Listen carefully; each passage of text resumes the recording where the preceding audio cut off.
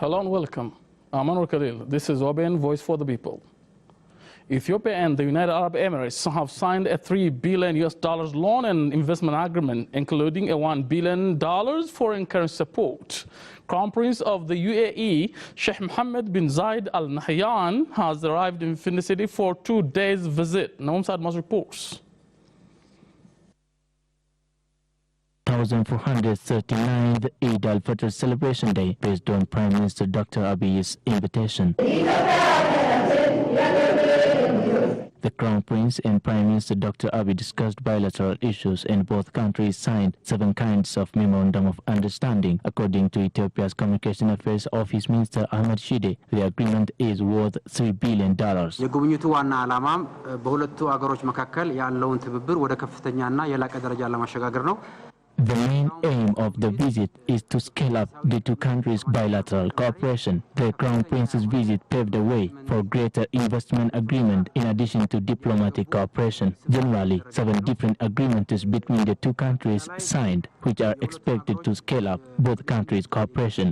The agreement include the entry visa requirement for holders of diplomatic passport, Joint Committee for Council Affairs, Tourism Development and Cultural Cooperation, and also economic cooperation. Ahmed Shide stated that the Crown Prince Mohammed bin Zayed Al Nahyan's visit is one of the fastest exchange of visits. After the Ethiopian new Prime Minister Dr. Abiy Ahmed took the office, the United Arab Emirates billionaire and founder of Eagle Hills Properties, also the world's highest building Burj Khalifa's owner, Mohammed Al Abbar, paid a visit to Ethiopia with the Crown Prince. The billionaire announced that he agreed with the Ethiopian government for mixed-use development like hotels, hospital, tourism service, malls, and others. Our early discussion is to get involved with your guidance, Your Excellency, and Prime Minister, that we put together a mixed-use development where our expertise is really in large-scale development in the residential and the apartment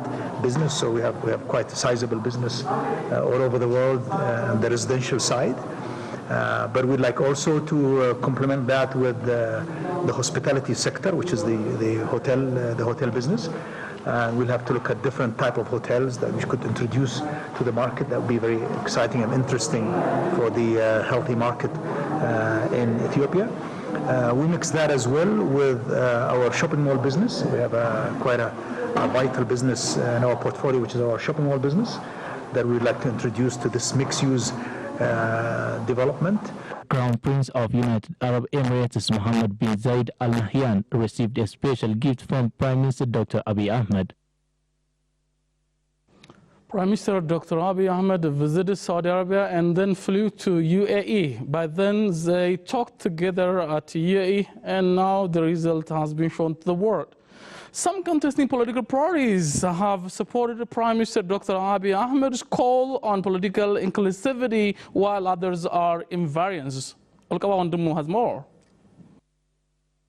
During his inaugural speech at the House of People Representatives, Prime Minister Abiy Ahmed assured that his government will work towards political inclusivity to realize multi-party in the country. Ethiopian Democratic Party EDP President Dr. Chani Kabede said that the Premier's initiation to open up political space and allow parties contribute their share in the process of building democracy is appreciable.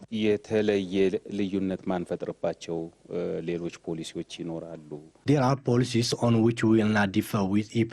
For instance, development policy we want to pursue that the same policy with some improvements, and education policy is the other that we can discuss and work in collaboration. However, he stated that his party will leave differences in the administration procedures to be taken up on bridging the gaps created by poor governance. He said if the things are based on collaborative discussions, citizens will be benefited better and Ethiopia's influence at the international arenas will be secured, and notice that EDP is always ready to negotiate and realize that. President of Unity for Democracy and Justice Party Tegustu Awolu argued that the call may mean that it has opened the political space because EPRDF has been only putting pressures on the opponents and has not been giving into democratic ideals. According to him, the country's current political situation is an evidence for the bad political practices.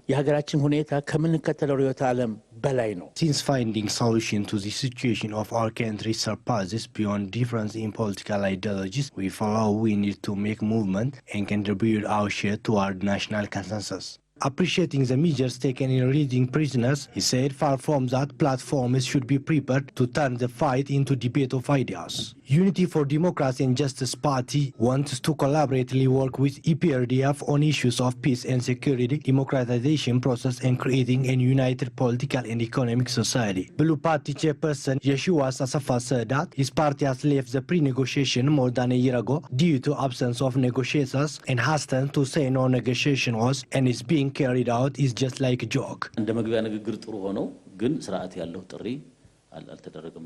Even though the inaugural speech was nice, legally structured call has not been made yet. We are repeatedly requesting for that legally structured call to be made. He explained that his party believed there was no negotiation, but now wants to give genuine negotiation, which is in turn will address the problems of the society. He added his party is preparing the agendas and procedures for negotiation.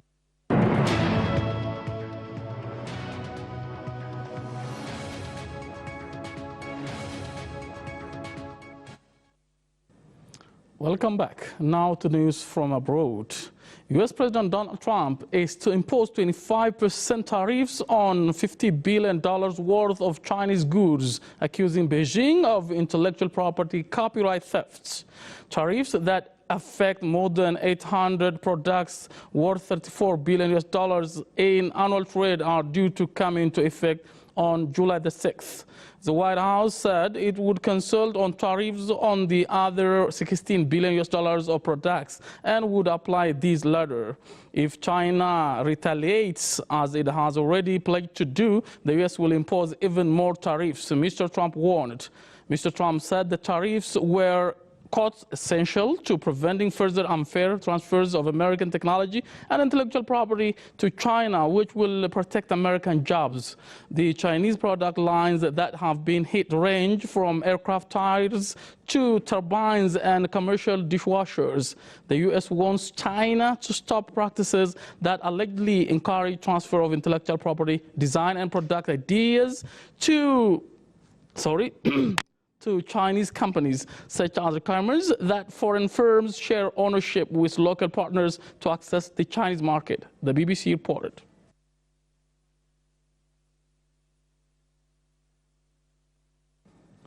The two giant economies of the world, America first, followed by China, are now a little bit colliding on this tariff issue by Donald Trump.